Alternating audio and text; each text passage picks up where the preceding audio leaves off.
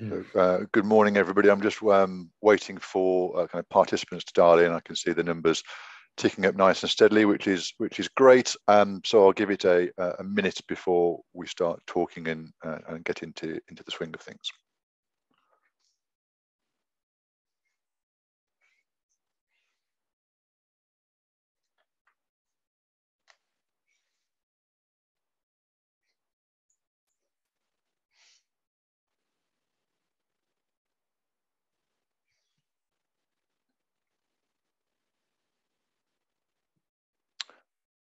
Okay, well, look, that's a minute in, and it seems like the numbers coming in has slowed, which is great.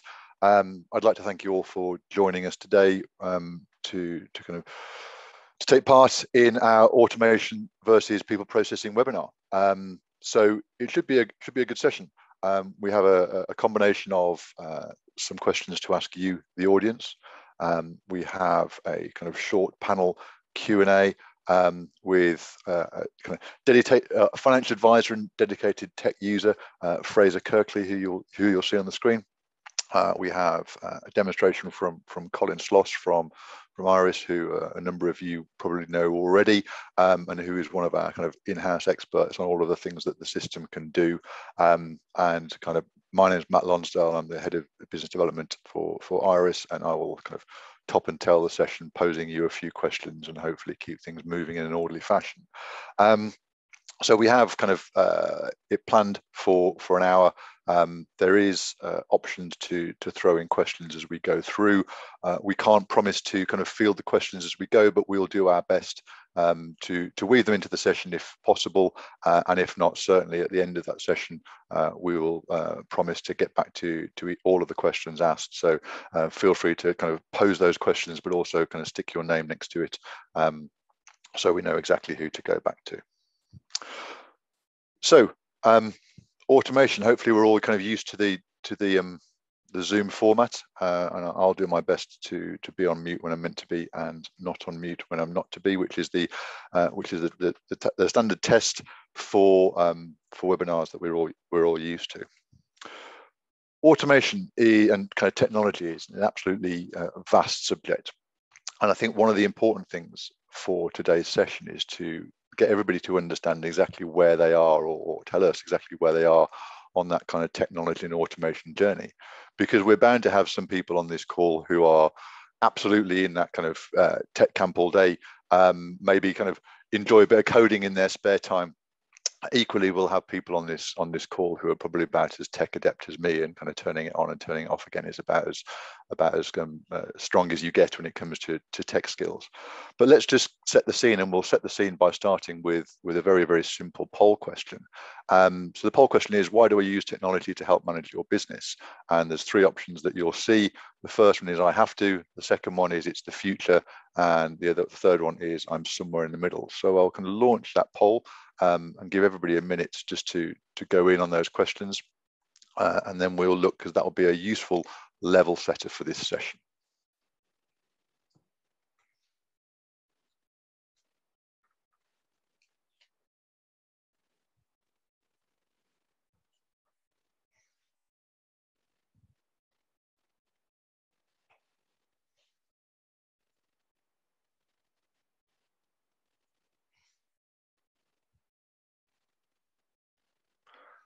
It's nearly all the votes in.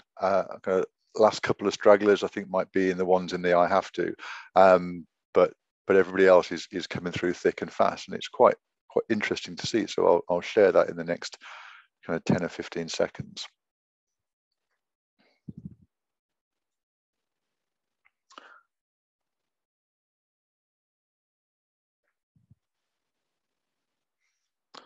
So if I end that polling now and I'll share the results, hopefully everybody can see that we've kind of asked those three questions.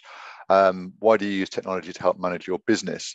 And actually, to be honest, I was expecting more people of somewhere in the middle. So it's incredibly exciting to see people have chosen that it's the future as using technology to launch their business. And that sets us up very, very interestingly for some of the things that we're going to talk about today. So expanding on that then, And moving to the next poll question, which again hopefully will be quite interesting for us all to see, is which of the following services do you currently perform manually? So everybody has now just said that they are absolutely involved in tech because it's the future. I will be really interested to see the reaction to these questions as to what people use technology for today.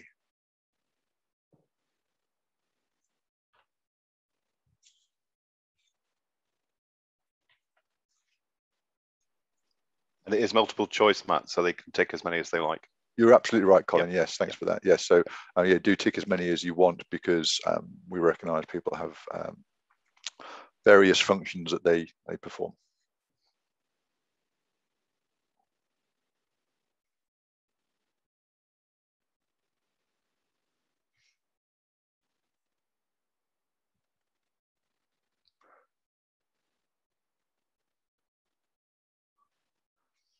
So again, great. Just another 15 seconds of keeping it open, and kind of thank you for your participation. It's making for quite interesting viewing, which we'll see in a second.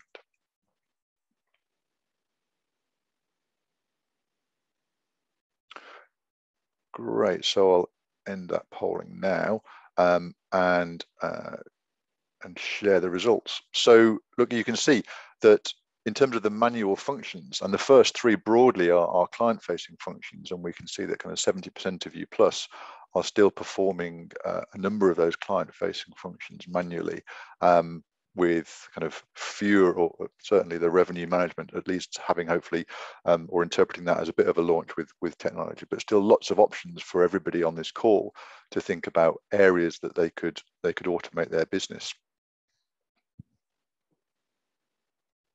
I'll just stop there. And then we have kind of our third option, which is really about where do you think kind of technology will impact your business over the next 5 years? And clearly we've got some questions in there about managing clients, but also some questions in there about how you would manage your business. So let me put that one up and again, elicit your responses as we go, please.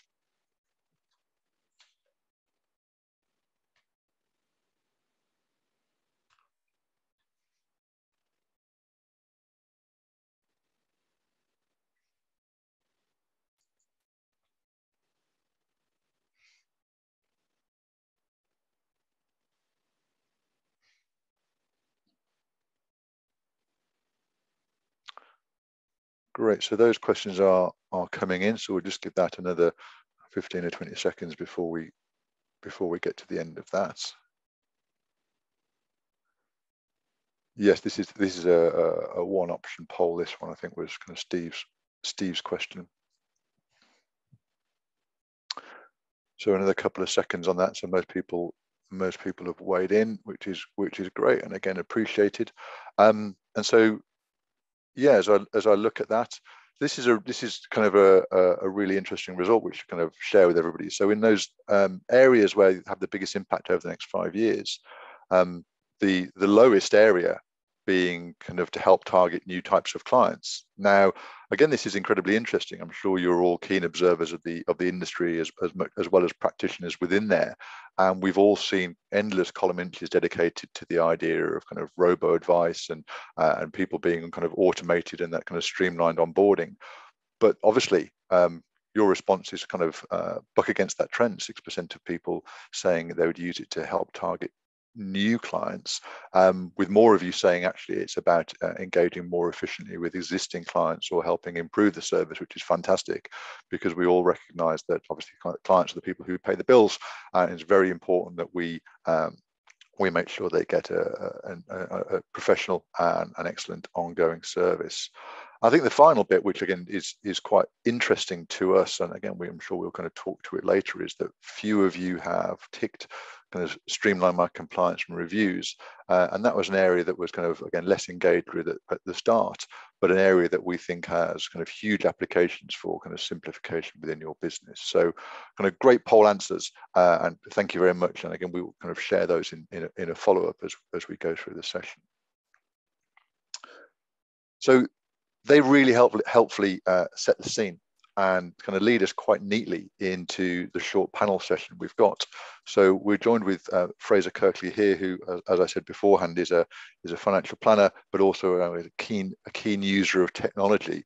So perhaps, Fraser, if I could just hand over to you to just introduce yourselves and give the audience kind of 30 seconds on kind of who you are, kind of your business, and the kind of types of clients that you deal with, I'm sure would be of interest. Yeah, of course, Matt. Thank you very much, and good morning, everybody. So I joined the industry back in 2013-14, coming into an established kind of financial practice, but one that kind of worked reasonably inefficiently, I think is probably the fairest way to kind of say it. And since working within that firm, we've made marked improvements in terms of changing our back office system and working with a piece of software, Iress, namely, that can help us get the most out of the data that we hold, but also improve and streamline the processes that we manage inside of the business. Moving forward, I'm kind of pending my own authorization for my own firm, which is going to be largely tech driven, to try and kind of keep our processes as efficient as possible to really help secure client outcomes, but also, allow us to develop and offer wider service propositions too.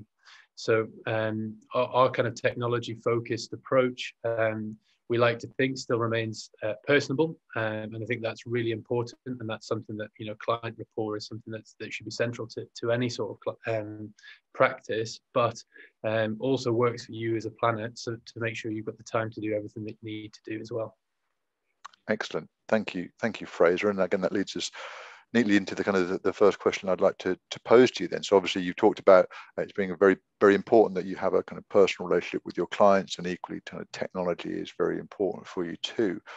So what do you see as the kind of biggest game changer or technology game changer in the way that you kind of manage your business today? Yeah, so I was actually quite surprised when I looked through the poll answers in terms of what came back, and where I think there are some pretty easy wins that could be adopted by people kind of moving forward. I think when people look at change, they see a big, daunting, scary picture, and perhaps that was the way that I looked at it when we first started. We were on Intelligent Office, which again, I know people have probably come across, and we were looking at commission fee kind of remuneration setups, and also kind of how we were going to benchmark and compliance check, and actually looking at the poll results, I think that came out of poll 2, the compliance checks was something that was really, really small in terms of being able to kind of make or make small gains or marginal gains in that sort of area. So we actually looked at how we could make our invoicing and our comp pay back office system work for us, which was a very manual task. It was paper driven and was really inefficient, and moved into a position whereby that all kind of worked seamlessly. Each advisor, I think there was 4 or 5 advisors at the time, all in slightly different kind of packages, had every confidence in what they were getting paid was being kind of portioned off to the right sorts of kind of fee-based revenue each month. So that was a pretty easy win in terms of kind of a game changer, and something that I think would be easy for people to adopt. That obviously then goes into your kind of your disclosures with Gabriel reporting and everything else that comes alongside it. So to see that as such a small kind of proportion of the poll feedback, I think that's an area that people could consider and improve upon. Moving forward from that, the next sort of area that I thought was pretty interesting was about that client review and compliance check sort of side of things. Again, I think that was about 74% in terms of the client review side. And this has been something there's been a big change for us over the last 18 months. And I think it's important to appreciate that change needs to happen at some point. And we've all been forced into change in no matter what aspect of life you're looking at, by virtue of the circumstances with COVID. So the question I'd ask people is kind of, why not now? Everybody's open to change, so why not change the way in which you kind of adopt services or you engage with clients? And for me going forward, the big thing is the client review. I mean, everybody's aware of all the kind of the steps that you need to jump through, or the hoops you need to jump through rather, when you go to speak to clients each year to get the updates on this, that, and the next thing. Actually, I've had a lot of positive feedback from my clients in being able to send out to them kind of a can you update this fact find? Can you make me aware of any changes in your circumstances? Can you tell me what you're thinking about this, that, and the next thing? Are there any concerns that you have, so I can prepare myself for our meeting to get the most out of that kind of hour, 2 hour, whatever you have, rather than spending the extra 30, 40 minutes with the clients, going through it with them there and then. Actually getting that kind of time gives you that breathing space and lets you come to a client appointment kind of prepared and ready to kind of either pitch a different idea or talk them through a problem, or allow you to consider the whole picture more accurately.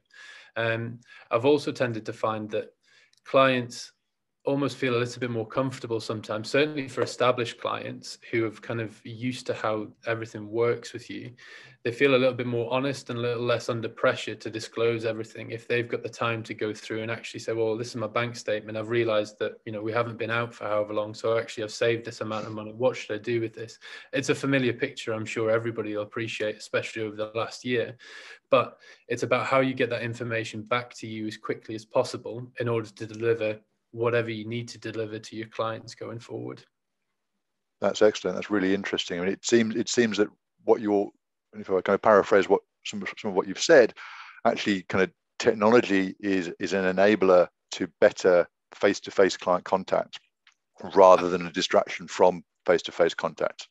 Absolutely. I couldn't agree. Kind of, I think you've brought a very brief synopsis to kind of the waffle that I've delivered. But I think you need to see, days gone by, robo-advice was the hot topic, wasn't it? And everybody had that fear in the back of your mind that this is going to take everything over and the IFA world would become no more.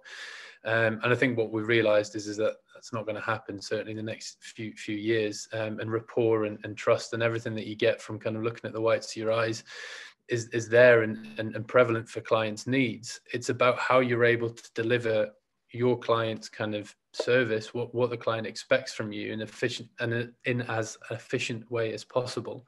And ultimately for me, that's not, using paper-based spreadsheets and everything else that comes alongside it. It's about taking what you can and work with to kind of achieve that outcome for the client. Excellent, thank you. And we've kind of touched on this a little bit, and I think probably arguably the biggest kind of the technology that's made the biggest impact over the last 18 months would be kind of video calls, kind of the likes of Zoom that we're on right now. And I think without that, it would have been even darker days than some of us have kind of worked our way through over the last 18 months.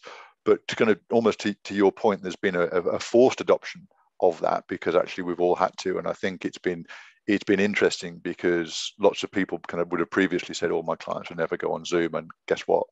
They all are now, which is fantastic. But if you thought something was going to come down the track that was going to be as kind of impactful as Zoom had been over the last, or kind of BC over the last kind of 18 months, kind of how quickly would you adopt it? Would you kind of grab it with both hands, or would you kind of take a more measured approach? And then kind of the follow-up to that being kind of what do you think it might be? Yeah, I think, again, the adage of kind of everybody's been forced into change. This software, Zoom, FaceTime, WhatsApp video call, and whatever it is, has been around for years. But the fact of the matter is nobody's been made to use it, and therefore we haven't, And I think that's the same adage with Zoom, and it's going to be the same with technology developing ongoing. I think as far as how quickly I'd be to kind of be ready to take it up, I think you've always got to be aware of different possible solutions to problems. And I always like to think that you could go into any conversation being able to learn something. I think I'd be pretty quick to give it a go, whether it would be kind of whole client bank, or you usually have 2 or 3 kind of guinea pigs that can give you a pretty, mine's my father-in-law, if it goes well, you'll give me honest feedback. If it goes badly, you'll give me honest feedback, and that's fine. So that's the kind of the way that I'd kind of broach into it and start slowly, but then develop it. And that's the same way that I started with my kind of tech journey. The problem for me, number one, was accurate remuneration for advisors. That's where this started. From there was then, okay, well, have you seen this or have you seen that? And you can kind of be guided in certain ways and say, well, that works really well, but have you thought about this? yes, I have thought about that and I've discounted it because of X, Y, and Z. As long as you're having these conversations, you're pushing down that route without really seeing this as big, scary change, if that makes sense. What I think the industry could do with as a whole, and if you have something to kind of combat this, I'm sure I'm not the only one, is making kind of investments seem more meaningful. At the younger end of the spectrum, you know, I speak to a lot of my peers, and they're all about the now. You know, they don't engage with what money is or what money does or how investments work and why they have to be concerned with what their future looks like. You know, I think that's epitomizes the millennial or Generation Z or whatever they are in terms of that age bracket. And I think, you know, seeing the age-old illustration that says, okay, at age 67, you can have 300 grand and that can buy you an annuity on this. It's old cap. You know, there needs to be a new way of making people engage with, right, if you have 300 grand, the likelihood is it's going to, you know, diminish by this point, and your, you know, age projection is to get you to 10 years past that. What are you going to do about it? Or actually, with 300 grand, you can only buy this, that, or the next thing, and your quality of life is now going to look like that. Do you understand that? Are you comfortable with that? And if not, we need to make a change. So if there's some sort of piece that makes people understand how that works and what the importance is in terms of keying into what you're doing and how you're investing and how you're saving, then, you know, I think everybody should be all ears. Excellent. So again, it seems that any way of using kind of technology as an enabler to draw people into kind of conversations about their future is really kind of going to hopefully, or certainly for you, to be a kind of a really good kind of system that you would look to kind of pick up and adopt at a future state. Yeah, I think that's a fair summary. Brilliant. Well, look, that's really useful, and hopefully kind of everybody sat on the call has kind of gleaned some benefit from kind of Fraser talking about his experience and what he would like to see going forward, and hopefully that's kind of mimic some of your own individual feelings.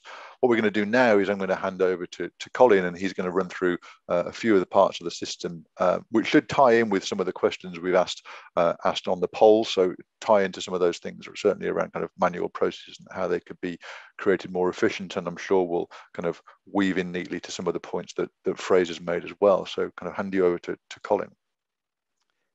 Thanks very much, Matt, and thanks, Fraser, some very insightful feedback there. So we're going to kick off looking at the fact find and the onboarding process within Xplan. It's our software, and then we'll move on to the client review, weaving in compliance checks, and revenue management.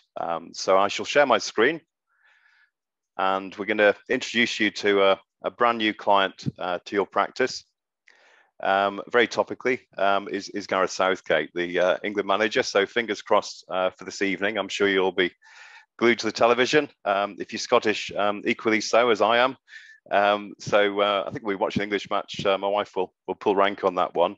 But it's been a great championship so far. And we've got Gareth here as a brand new client. And we're going to go through how we're going to utilize technology to systemize and make the process enjoyable. As Fraser said, it needs to be more engaging, particularly for younger clients.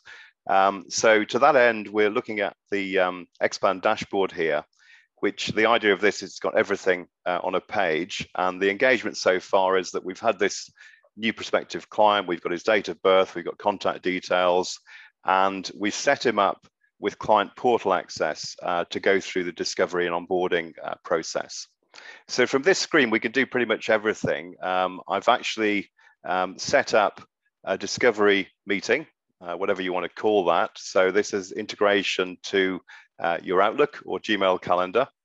So just to take you through that process, and thinking about what Matt's just mentioned and Fraser mentioned in terms of Zoom, that has really taken off since the pandemic for obvious reasons. But it has changed people's businesses. I've got a very established client I can go back a long time with. And he said, look, Colin, this has revolutionized my business. I'm going to take a lot of cost out of it. New clients, I will engage face-to-face as much as I can, whether that's Zoom or they're coming into the office. existing clients is going to be exclusively on Zoom, because I can do 3 or 4 meetings a day if I want to, whereas back in the day, I could do 1 or 2 at most. So it really does bring about efficiencies. So what I did with Gareth here was we set up an initial meeting, so we can put it in the calendar for, we're coming up to 11:30, we'll stick with that, and we'll do it for the next half hour. We can set a recurrence of the meeting here, and we can color code what sort of meeting it is. So when we look at the advisor or paraplanner's diary, we can search for slots in it, and we can see what the color codes are. We don't want to overload them with too many reviews in one day, for example. If we want it to be a video meeting, I just click that button, and that will send the client a Zoom invitation. And quite useful as well, I think when you go to the dentist or book your car in for a service these days, you tend to get a lot of text messages. So we've got text message integration. So I can confirm that into the calendar. It will come up and say, well, Colin, you're meant to be in a prospect automation webinar at this time. So good job, we're in the right place. But that's actually syncing through to my electronic calendar. And that's now going to put that into the diary for us. By doing that, we're going to use a number of workflows. So you'll see I've already got an overdue task there. The workflows are really super simple to set up, and they will trigger a bunch of actions around the business. So there's that Zoom invitation that's gone off to Gareth. And what I'm going to do is trigger a workflow. I'm going to weave in some of the agenda here, because we're going to look at a compliance workflow, which is in our case management module. In some parts of the globe, Xplan is an international product. It's been in the UK, and it's got all the UK tax rates in for things like cash flow modeling and such. But some parts of the world, this is called Advice Container, because it incorporates things like new business checklists. We've got another one we'll look at for the review process. And I'm going to add a new workflow here. The system comes with a number as standard, but I'm going to use one which one of my clever colleagues created, which we call the guided advice process. So this is going to trigger a number of actions, and we're going to kick off looking at the fact find as the first option. So I shall save this workflow. So we're kicking this off with Gareth. We've booked the client meeting, which could have been a step in the workflow, and then it would automatically take us in to the calendar that you've just seen. And this is a typical example of what we're going to be doing. It might look a little bit foreboding for some of you, but it does make your life very easy, and you will get used to it incredibly quickly, I can promise you. So we're starting the advice process. We're going to do a fact find, a risk profile, whichever choice you have. Fraser uses the Morningstar risk profiler. We're going to do an electronic identity check. We're going to do a cash flow analysis, et cetera, et cetera. You get the gist of that. We'll set the service level. How many times are we going to service this client? So I'm going to activate that. And that's now going to trigger a series of actions around the business. So you might have seen on Gareth's record there, these are the checklists that we want. So you've got all the checklists. So we need client agreements. We need the application form, fact find, product research, et cetera, et cetera. So just coming back to the beginning of the system, the workflows are stored at client level, but you've also got the concept of widgets on your what we call our dashboard. So you can personalize this yourself. And the first thing we're going to automate is that fact find process. So I've got Gareth at the top of my list, and I'm going to complete that task. I could record time taken. For those of you that are interested in time taken, it's dead easy just to say it took me 15 minutes to set this meeting up. And this is now going to take us in to the fact find process. And I'm going to give you a number of different options to do that. 70% of you, according to the poll, roughly, we're doing this manually. And the encouragement here, we've got some quite graphical ones like the mind map here. We've got a more traditional one, which you can actually print out and do a paper version of it. It makes your paraplanner's job easier when they key it onto the system. But the most effective way of doing it is to set the client up with portal access. Now, this portal has been around. We started building it over the last year or two, and we're rolling out functionality into it on a regular basis. And you can determine what the client can see here. So for Gareth as a brand new client, all we're really interested in is secure messaging.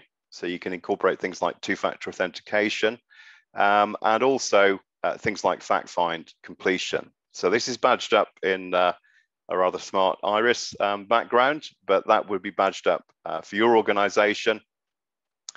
And this takes us into the messages and documents area.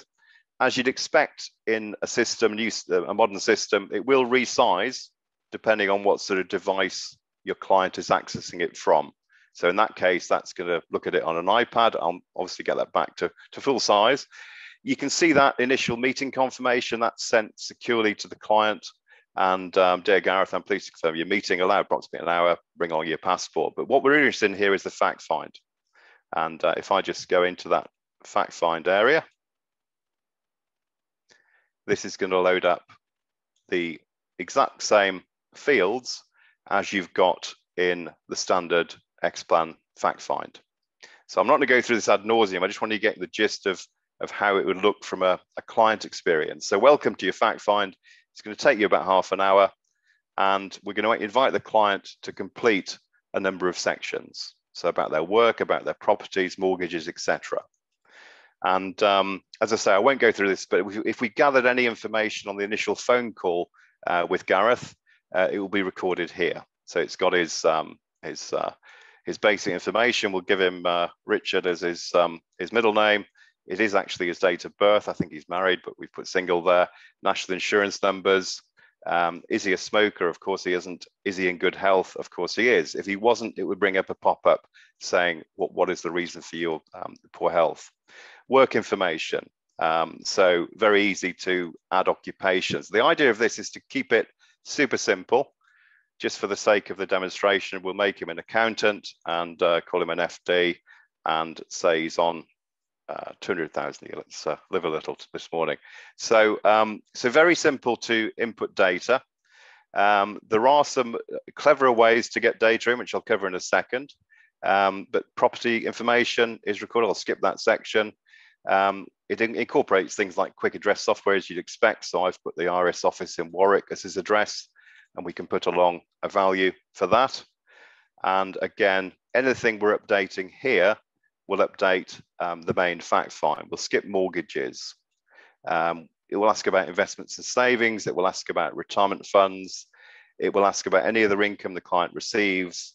And finally, expenses. Now, the expenses side, we can add manually, and we can put in, for example, that he spends so much on holidays. For example, Fraser's keen to get away on holiday at some point, but we'll give him a reason, not 120,000. We'll give him a fair amount to go on holiday. Now, the better way of doing this is we have a link to open banking. So this is a trusted third party, Visible Capital will do that, and Visible Capital will take the expenditure. So Gareth can log into this. You can see it's featured in the Times, Money Marketing, etc. It breaks the expenditure. It goes into their bank accounts obviously with their consent and savings accounts, and it brings back into the Xplan fact find something like 180 mapped fields. So so really strong to help them take out the heavy lifting of gathering fact find information. You can do it very nicely on an electronic basis.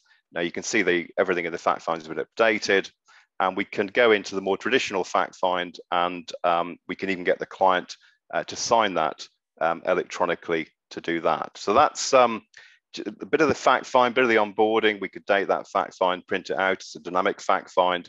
So fact find onboarding, the first area I wanted to cover. I'm quickly going to shift to a review process and introduce you to Mr. Murdoch. So Matt Murdoch is an existing client, and if we just go into his reviews, you're going to set him up with a number of, I've got time taken starting there for some reason, but we'll just, we'll carry on. We're going to go straight into his servicing aspects and look at reviews. So Matt has got a number of reviews built in as a very important wealthy client. So he's got his annual review check-in coming up 8th of July, a Zoom meeting, etc. Now, likewise, with the portal, you can get the portal to engage. As Fraser said, he gets the client to actually update their fact find in this way. So in this, if we log in as Mr. Murdoch, There we go. This client has got greater access. Now, clients get very attached to this. This gets very sticky for clients. Why would they want to leave your practice if they're getting all this rich information as often as they choose? So you've got, as Fraser's done, Fraser sent the fact find out as part of that review process. We've also got this review check-in, which I'll show you in a second. Just before we do that, we've got the portfolio value. You can see the performance. He can drill down into all his different accounts that he's got with us. So this is populating everything that you've got in main Xplan. I think a lot of advisors are very proud of the investment reports they send out, which is great. I mean, we can help with that as well. But this is a great way of just seeing everything in the one place. So you can give them access to portfolio value. You can put benchmarks in if you want. They can choose different time frames.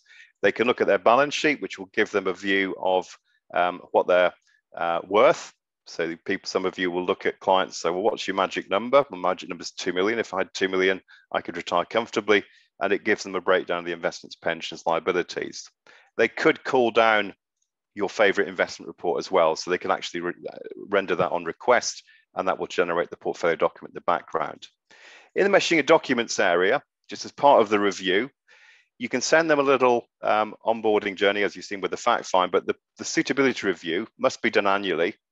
And this comes with its own client management system.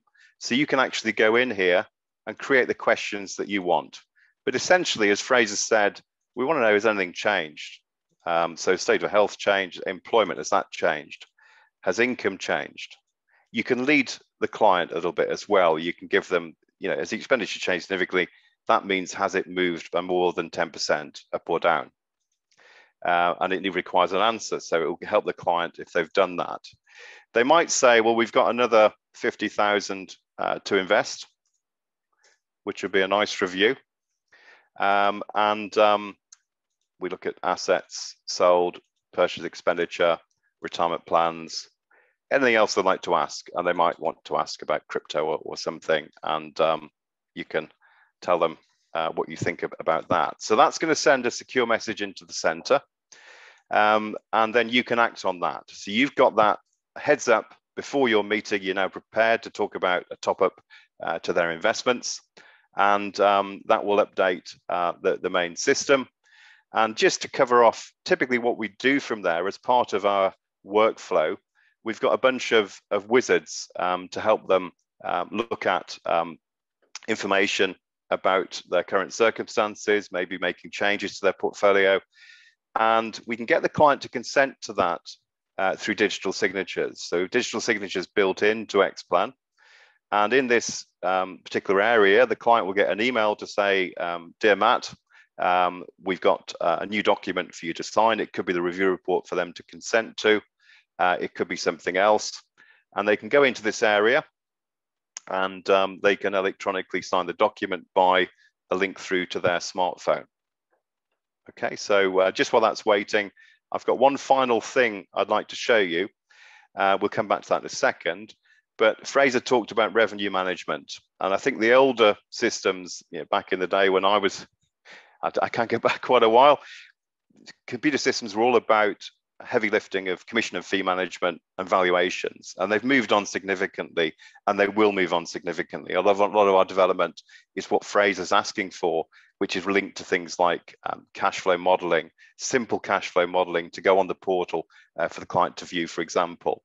But just to show you, we've got a client here, Henry Slade. Didn't quite make it to the Lions tour, but nice chap. Within the system, he's taken out a standard life stocks and shares ISA. We can put in estimates, so we can put in what we're going to charge up front, what we're going to charge ongoing, and then your revenue administrator can go into the revenue management back office system, and waiting for him or her are going to be a bunch of electronic statements. Could be Excel as well. I'm using Excel here, so we can look at the standard life statement, see what records we've got.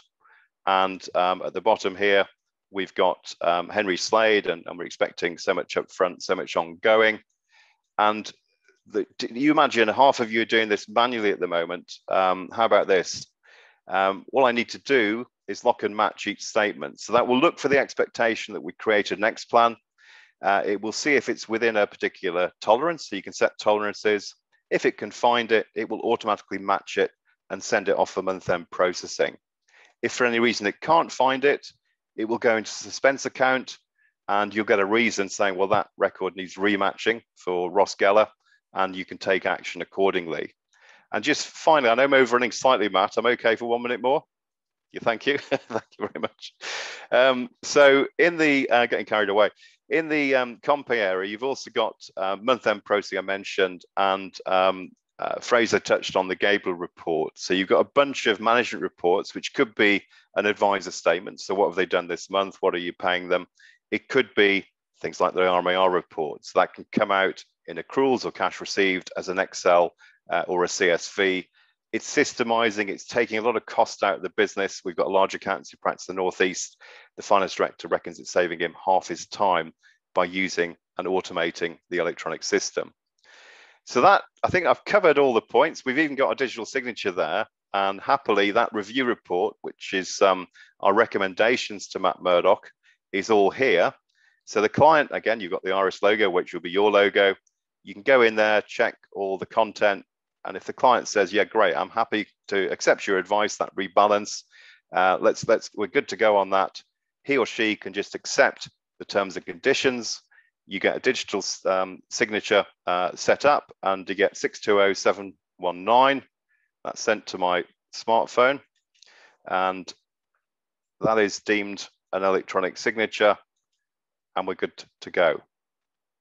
Digital signature successful, and you'll have that reconciled in the back office. So that concludes a short demonstration. We're delighted to give you a personal demonstration at a future date if you so choose. But hopefully that's given you a good insight into how we can automate a lot of the stuff that you're doing manually, take costs out of the business, and improve your profitability and lifestyle. Thank you. Excellent. Thank you, Colin. Yeah, I always see more and more in the system every time it's demonstrated, and think about more applications that I could certainly talk to people about in that system.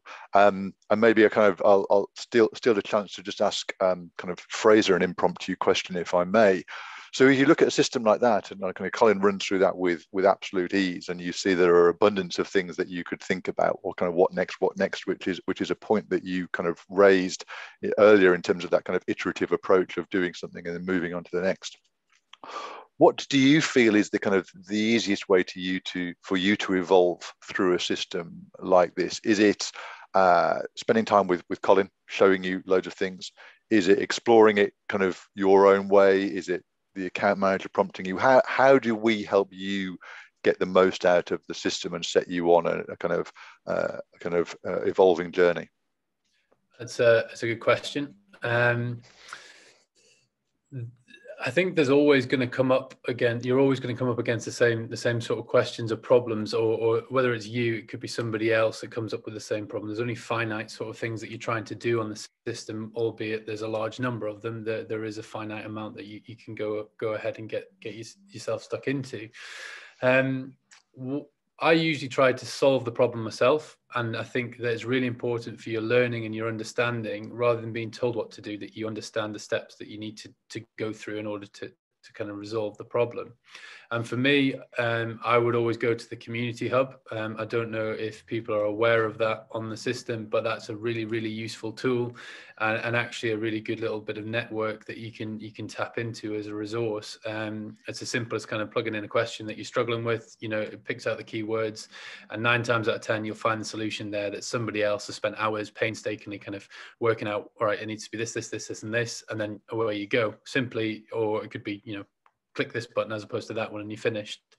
But that piece of tool and doing the research always seems to mean that when you come up against the issue again, you know where to go, or you know how to solve it, rather than, it's no, I'm not being disparaging to the Iress support. They're brilliant. But in the same way, they'll tell you, because they do it day in, day out, you need to click this button, that button, and then the next one. And it goes in one ear and comes out the other. Going through the process yourself manually, albeit takes more time the first time you do it, when you get the problem the next time, you know how to resolve it. So I think that's the way that you can go about it. And I don't think people pay enough kind of plaudit to that resource that's available. That's really useful, and it reminded me of a kind of a phrase I learned from speaking with a consultant a while ago. They were talking about kind of tech and tech adoption, and they were asking firms as to where they wanted to be. Was it going to be at the cutting edge, or did they want to be a fast follower? And nearly everybody wanted to be that fast follower. And I think you kind of what you've just talked about with kind of the resource, you're able to see that other people have done a similar task already. Other people have faced that challenge. I'm very happy being a fast follower of that person, rather than being at the absolute cutting edge and trying to work your way through yourself. But it works both ways, because you might be a fast follower in one aspect that somebody else is at the cutting edge, and then vice versa. You could be at the cutting edge of what you're dealing with and posting in there, all right, I came up against this problem. I was trying to do X, Y, and Z, and this is what I did. And it's that sort of kind of full circle approach whereby somebody else has got your blind spots covered. And that's great. The system is really, really useful. It's a really powerful tool that can revolutionize a business. You just got to give it a chance. And also kind of, I know it's cliche to say it, but believe you can do something about it. Colin raised the point about those margins, and I just remember offhand, when you're doing the comp pay side of things, and you can set the threshold reasonably wide in terms of what you match, and you start at 20% and you get it to 15, then to 10, and then by the end of it you're running on kind of 5% margins of error, whereby the only numbers that are coming through into the suspense account is if a client's made a withdrawal or they've put new money into it and it's been big enough to throw the remuneration statement out, basically. So it does, you've got to have faith in the process that it will come good, but it does. I know it's very cliche to say, but it does. Excellent, thank you. So, and that's sort of all super input. And I think what was interesting, what I also found interesting about what kind of Colin showed, kind of chimed quite neatly with one of the things that you talked about earlier, Fraser.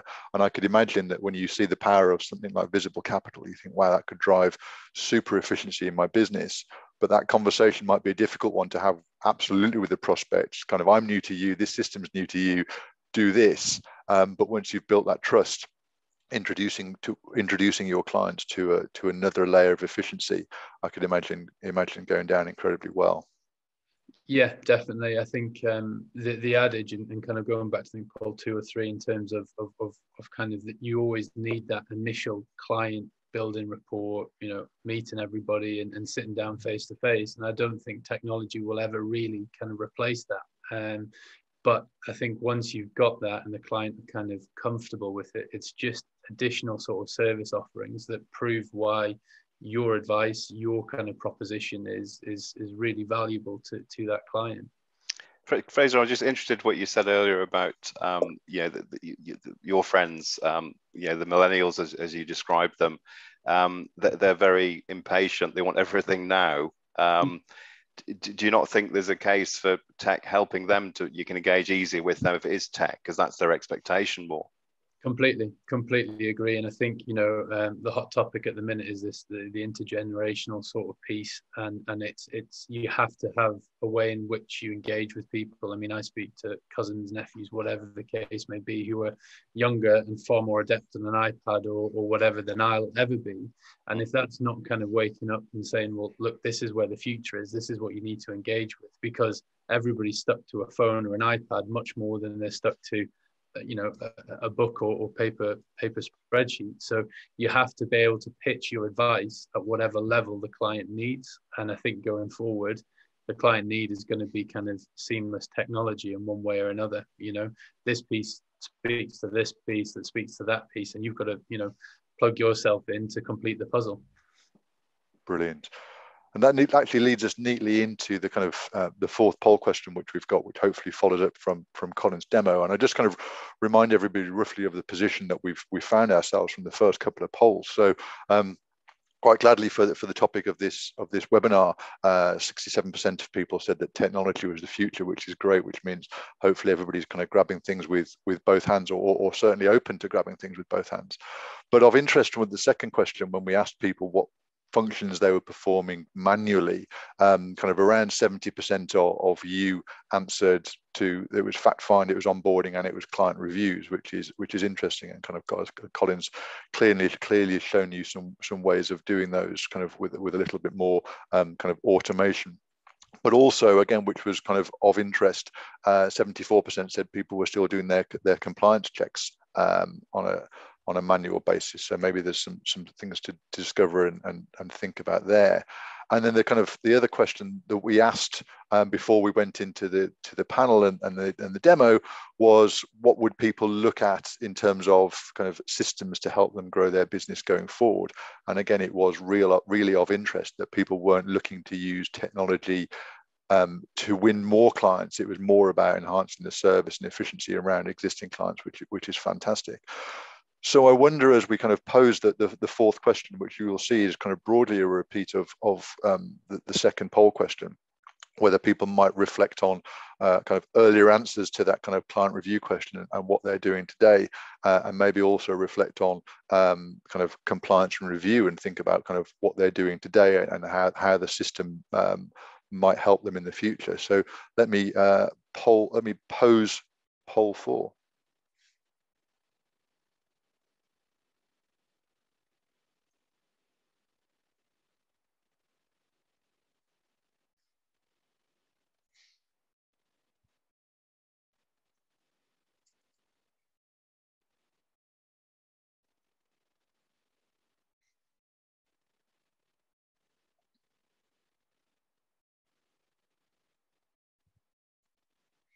Which is great. So answers coming in thick and fast. I'll give it another kind of 15 or 20 seconds to get everybody in.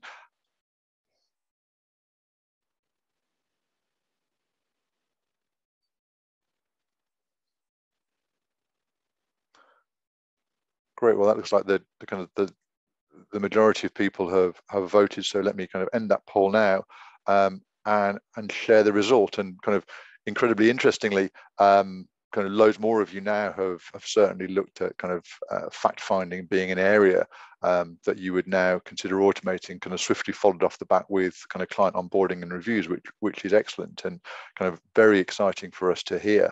So kind of thanks for all your input throughout this session. So we're now at a point we have kind of 9 minutes left. I've had an inbound question from Sharon Walters, and yes, Colin will get back to you off this call and have a chat with you about kind of how to take the system, how to develop it further along the lines of this session. I've got a couple more questions that have come in, so I'll pose those to ourselves first, and then if anybody else has anything that they would like to ask, kind of please type that in as we go.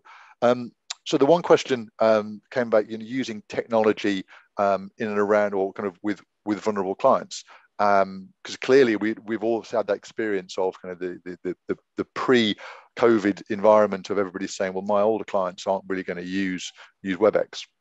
And whilst we were all very familiar that they were Skyping their grandchildren on the other side of the world or doing something, certainly with things like iPads, we probably hadn't breached that subject. But now we find people are a lot more kind of tech savvy than we'd given them credit for, and loads more people are using video conferences.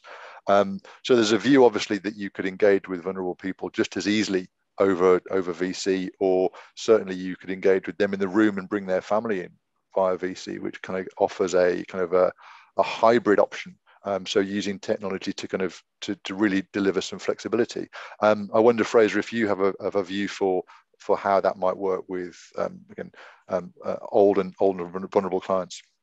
Yeah, I think I've never seen so many people be in such high demand of video and conferencing sort of software than any grandparents that haven't seen their grandchildren for any prolonged period of time. You know, if virtual hugs were a real thing, I think they'd be going out of fashion now, but there we go. I think it's an interesting one and something that can be used as a really useful tool in terms of, I think younger people see or want to see what older people have done and then follow or not follow in the same footsteps, and have that kind of objection or that conversation piece. So being able to kind of bridge 2 or 3 age gaps or age groups rather into one conversation and say, well, look, this is what, obviously with client kind of confidentiality, so on and such forth, but being able to disclose, well, look, this is what we did for grandparent A, and this is a scenario that we got to. He started with an ISA at 10 grand and contributed £50 a month for X amount of years, and he's ended up with this, and he's done this because of this, this, and this. And again, going back to that point that I raised earlier, trying to get younger people which is the next wave of people we're going to have to service to engage with what they're doing, they tend to learn from other people's experiences per se rather than their own. They don't necessarily believe it to be true. You know, pensions are just some old thing that my dad or my granddad told me to put away, and I don't really think about it, or it comes off my payslip and I don't engage with it. But when they can see somebody who they've known all their lives get to a certain point by virtue of what they've done, then actually it becomes a lot more real. So the thing that I think is useful with dealing with vulnerable clients or elderly clients or any client on that front, dealing with cash flows is the prime example. Pulling 2 or 3 different scenarios together on a screen is much more engaging for clients than showing them 3 or 4 slide decks of, okay, well, you told me to model A, B, C, and D at age 60, 65, and 67. I've done that. Well, actually, client says, well, what does it look like at 58? Well, I don't have that with me. I'll have to go back to the office and come back to you with another piece. It doesn't work. If you can jump on, share a screen and say, well, actually, my earnings are going to drop at this point, or I think this is going to happen, or I think that's going to happen. And what happens if I die here? You can plug it all in straight away and you get that real feedback. Same is true for younger people in terms of saying, well, granddad did this, this, this, and this and came up with that. Dad's done this, this, this, and this and come out with that. I want to do A, B, C, and D and come out with whatever that is to our best ability. So that communication is something that you can't bridge without having a piece of tech in the background to kind of do that for you. That's really useful. And I think it's a kind of certainly an eye-opener to me. It's again, lots of people have been talking about how do we target that next gen, and people think about that. And I'd never really kind of thought of that idea of kind of getting almost having the family conference on one technology that gets everybody engaged, and then helping that next gen engage with kind of family finances because everybody's on that kind of same kind of communication platform. I think that's the important thing. As long as everybody's buying in, the whole family are buying into the same picture, namely being that, we want the wealth to stay in the family and not creep out the sides to the taxman, then it's a pretty easy conversation to have, because you say, well, look, this is exhibit A, do nothing, end up with this as an IHT bill. Okay, but actually if we did this, this, and this, okay, the IHT bill is still there, but considerably less. And actually, youngest son is now able to get onto the property ladder, and that looks like this. And it means that you can kind of visualize, or people can visualize more easily what you're saying and what the words that you write in a recommendation report actually mean. Because it's visual, it's engaging in that same way. Excellent, thank you. And kind of during the time we kind of posed those couple of questions, a few people have kind of hopped in saying that they would like a bit more training, which is brilliant. Yes, we'll set that up, and kind of Colin or colleagues will get engaged and have that conversation. Fraser, someone's asked how you managing to work Zoom without a headset. I'm sure it's kind of maybe it's a young person thing, Lee. That's a Lee Martin, I'm not sure, but I'm sure kind of Fraser's got no secrets there. I'm sure he could tell us. Just straightforward on a MacBook, really. Oh, there we go on a MacBook, Lee. And kind of Colin's busily answering a question around kind of other documents on. So can people sign other documents? So yes, as he said here. So somebody asked the question about the functionality. It's very useful. Is it for only our own documents, or could you sign documents, for example, those to switch out of a platform? And as Colin's answered, so if anyone's not looking at the Q&A, I'll read it out. But many platforms accept our DigiSignatures, so kind of check with your preferred ones. We've got quite a broad stretch of integrations and relationships with other platforms, and kind of always looking to enhance those and improve those for the benefit of our clients. So kind of questions like that are great. Please ask more, and we'll certainly help you develop that out. So that's just kind of a few questions asked, kind of 2 minutes to go. Hopefully it's been a useful session. I'd really like to thank Fraser for his time and giving us all insights as to how he uses technology for his clients and for the managing of his business. I'd like to thank Colin for the demo, which by the looks of it has kind of engaged a few of your minds and made you think that actually there's quite a few more kind of applications you could use from the system that you already take from us, or kind of uses in the system that you would like to explore further. And again, yes, we'll absolutely get in touch with everybody that's requested that following this meeting and kind of set up some demos. And then the final thank you obviously is to everybody that's taken the time to participate in this event and to answer the questions, to all of the clients who already give us some business today, and all of the prospects who are interested in working with us in the future. Thank you all for your time. Please do get in touch if you need anything, and have an excellent remainder of Tuesday. Thanks very much.